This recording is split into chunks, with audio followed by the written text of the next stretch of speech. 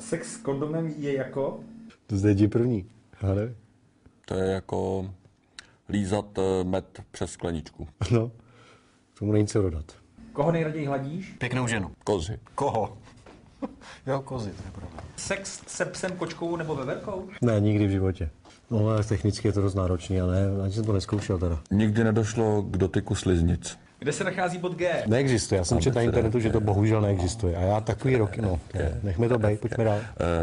Za bodem F a před bodem H. 69, Honzo, nebo misionář? Já nevím, proč se tomu říká misionář, jak ten pilnej kluk k tomu přijde. Na střídačku. Raději upřednostňuješ 69.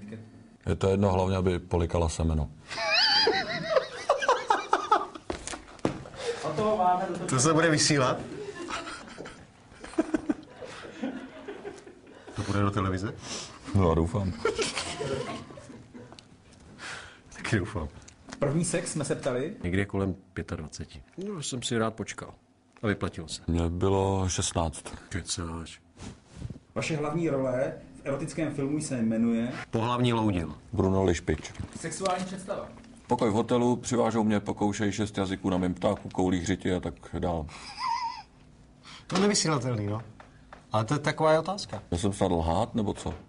Proč dupou králíci? Já si myslím, že protože hodně prcají. Z dlouhé chvíle? Jaký mák stvořil magnézii? Magnemák. Magnemák to mám stejný, no. Vzkaz během 4 vteřin. Řekni to s tím se jmenuje. Jako tvůj vzkaz, to mám říct.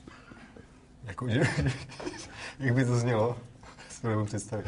No asi jako, že vzkazuješ divákům, aby polikali semeno. Já jsem spíš myslel za tebe. No, teď já bych si přál, aby polikali tvoje semeno. Ale myslím si, že bude lepší to vzkázat jenom divačkám, ne? To je lepší, rozhodně.